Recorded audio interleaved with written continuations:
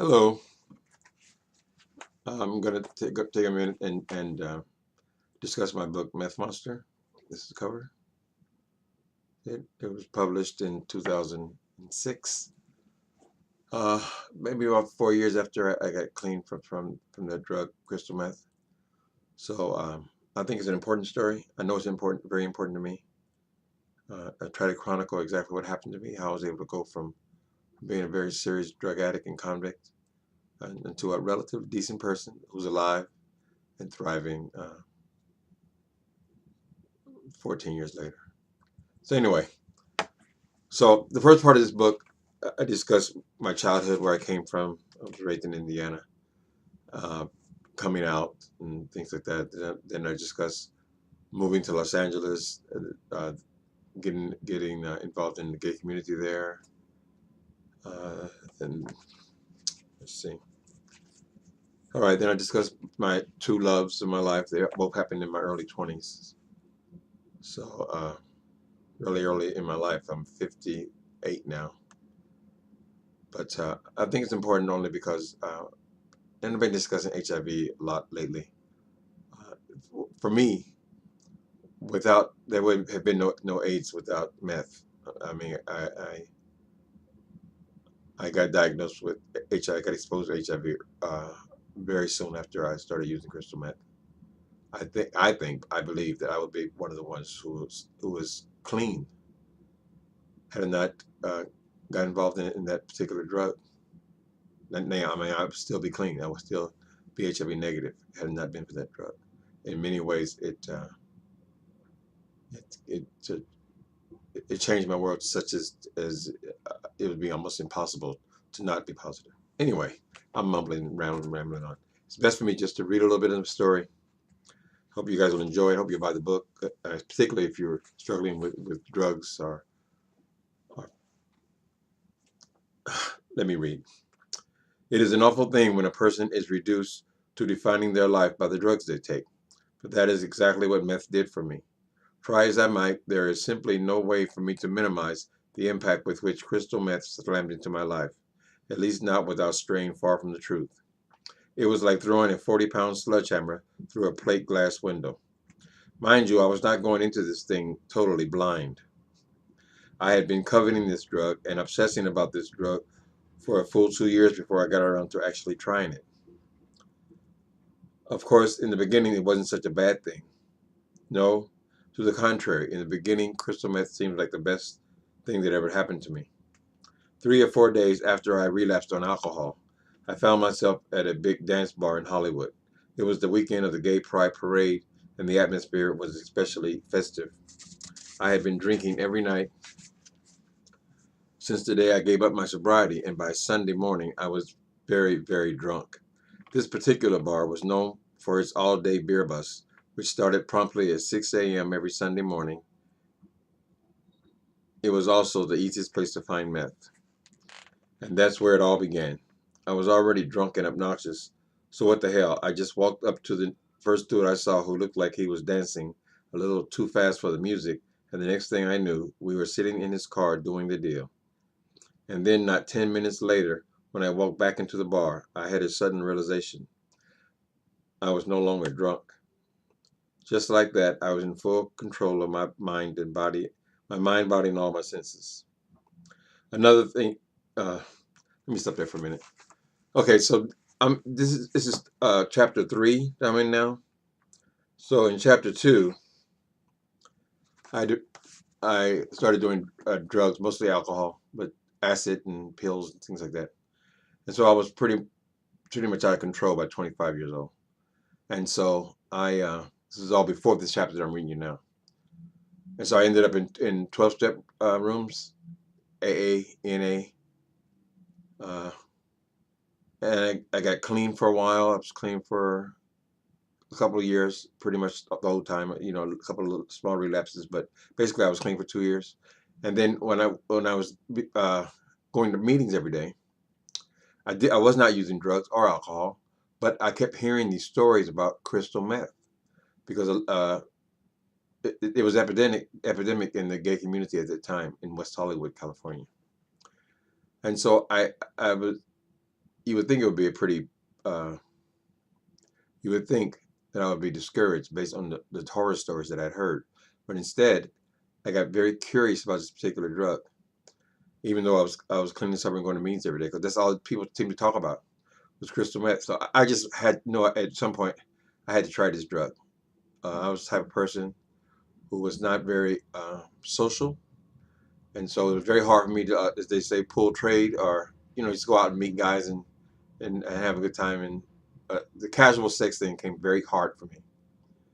And so this is kind of where I picked up on this story. I gotten clean. I was clean for a couple of years, and then I relapsed on alcohol. So I went back into the clubs, but I had all this information and all this curiosity about this drug that I heard about when I was in programming, 12 step. So this is where this story is picking up, just for a little background in it. So I'll start and stop as I go on a little bit more. Okay, so where was I at?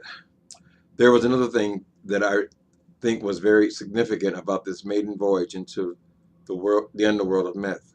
From across the dance floor, I spotted this really attractive young guy leaning over a balcony above the smoking crowd. And I thought, this has to be the most attractive dude in the place. And do you know what I did? I walked right over to him and I introduced myself. And when we finally left that bar, we left together. Now, you would probably have to be me to understand that I could never have done that on my own, even with the help of alcohol. My fear of rejection had always been so intense that I rarely approached anybody. So what was this? Where was the fear? It sounds ridiculous, even to me, if I suggest that a person can be totally hooked on a drug from the very first time they use it. So let me see if I can put it a different way. Nope, there is no better way to put it. I was hooked on meth from the very first time I used it. Hooked because I could not stop using it after that first morning at the bar. That first day I spent $10. The next day it was 80. And by the third day, I was back in the department stores, stealing to support my high. I want to digress here for a moment, because if there's one thing that I don't want to do, it is to spark anyone else's curiosity about this or any other drug. To this day, I struggle with the fact that I first heard about crystal meth in 12-step meetings. But I believe that the Lord is calling on me to tell the whole truth, and I intend to do just that. So if you are a person who is still struggling to stay sober, or if all this drug talk simply makes you uncomfortable, then hey, please turn the page, man, woman. That's what I would do. Ultimately, this book is about getting off drugs, not getting on them. That being said, those early party days on meth were admittedly a lot of fun. It seemed like I just literally danced right through the first few months. And then, just like with alcohol, there was a shift. That's the thing about what I call drug demons. At first, they just seem to do so much for you. And then after they get you under their power, it's you that will do anything for them. One minute I was spinning around on the dance floor, just as free as an eagle in flight. And then, in what seemed like just the blink of an eye, I found myself sitting on the floor of a cockroach-infested, abandoned building, trying to find a vein. But in fact, my flight from the dance floor to the nasty floor took about a year. I was still doing the club scene when I started going to jail. Way back when I was with David, I went to the county jail a few times, but now I was going all the time. I was what you would call a petty criminal at that time, and when I was arrested, 90% of the time, it was for shoplifting.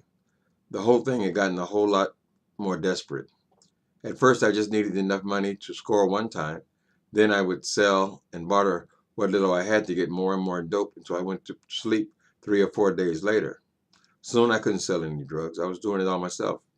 And after I started shooting up, the party was essentially over. I didn't have time to be standing around in clubs. I needed $100 a day minimum to stay high.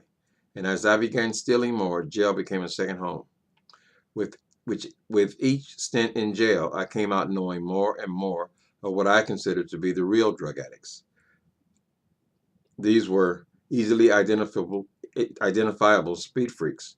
Many picked at their skin, wore dirty clothes, and for some reason always seemed to be looking for something on the ground. There was still a lot of pretense, a lot of acting as if around the club scene. True, many guys still had jobs, cars, and apartments, but many more were just pretending they did. I know a lot of those guys were shooting up Crystal just as much as I was, but talking about using needles was definitely taboo. The thing was, as long as you looked like you were holding it together, you could still find people who would give you drugs. For me, the final split between these two worlds came after a 5 or 6 day run with no sleep and very little food. I found myself pushing a shopping cart full of junk right past the front door of the most popular gay club in Hollywood, the very place where I had first scored some meth and spent literally every weekend getting loaded ever since. Needless to say, they never have to worry about seeing my face in that place again. When a person gets down to this level of drug addiction, their whole value system has to change. This new crowd I was meeting both in jail and on the streets was anything but pretentious. Absolutely no one had a job, and absolutely no one that I ever met wanted one. Everybody had some kind of hustle. Some were dealers, others wrote checks, and some broke into houses and cars. Many, both male and female, were prostitutes. I myself was what the street folks called a booster, elsewhere known as a petty thief or shoplifter. This had always been what I reverted to when I needed money. When it came to boosting, I had always considered myself to be quite the pro. But one of the primary side effects of using, especially in the quantities that I was using, was that it made one extremely paranoid. Imagine walking into a department store and trying to steal something when you're already convinced that everyone around you, including small children and little old ladies, is either a cop or the FBI. And then try to imagine this being your only source of income. I'll read a little more. See where it goes. The streets were not a place where I ever chose to be. They were a place where I had to be. Maybe I wasn't as slick as I used to be, and I sure as hell wasn't as cute as I used to be, but I still needed money. And even more important than that, I needed drugs. That was the thing. Dope was more important than money. All money was good for was buying dope. In fact, my chances of getting ripped off were a whole lot greater when I used cash, and I soon came to realize that I could just bypass the money thing altogether. So at this point, I became the kind of addict that rarely, if ever, had any actual cash, but always had something to sell or trade. Believe it or not, I think I actually did better with the junk and stolen merchandise than people spending money. In the streets, many, if not most people, picked up a handle or street name. If a guy specialized in stolen credit cards, his name would likely be something like Credit Card Bob or MasterCard Mickey. If stealing cars was more of his alley, then it would likely be something like Tony Toyota or Convertible Connie. People had all kinds of strange names. It was just smart to use a handle because everyone knew that tweakers, people who use meth, are notorious snitches, and cops use snitches like most people use oxygen. It just didn't make sense to have too many people know your real name. My handle was Jabber because because my real hustle was my mouth. I seemed to have a gift for making people like me. And after I got you to like me, I could sell you anything. In this phase of my long season in earthly hell, I became very much the meth monster. Every penny I could scratch together went for buying more drugs. If a hamburger cost $2, that was $1.50 too much. Everything I ate, I either stole or got from charity workers. For a while, I lived in an abandoned camper that I stumbled on in my many hours prowling the alleys in search of something to steal. But in short order, I found myself literally living in the streets. I had no place to go, and I didn't care. All I cared about was where I was going to get my next hit. Now, this is where some people, the part that most, all my gay friends find very interesting. As for all of that uninhibited sexual freedom that I signed up for, well, that turned out to be the cruelest joke of all. Who would want to have sex with a homeless bum?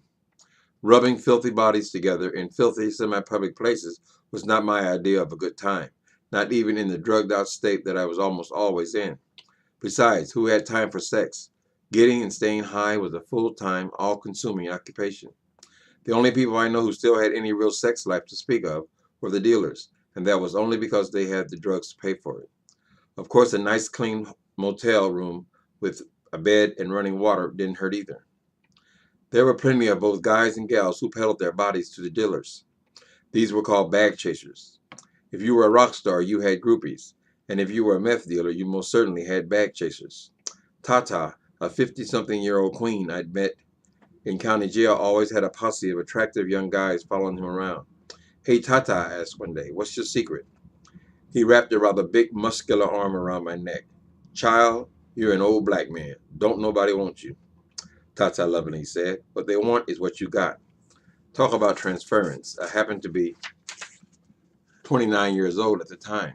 I later found out that Tata had been dealing crystal meth since long before most of us had even heard of it, and the wisdom he offered me that day was not very far from the truth. In this new reality, it didn't matter if I was 29 or 99. The only thing that really mattered was the dope and who had it. As with virtually all drugs, whether they be prescription, over-the-counter, or controlled substances, there are possible side effects. The ones associated with meth are numerous. Two plagued me in particular.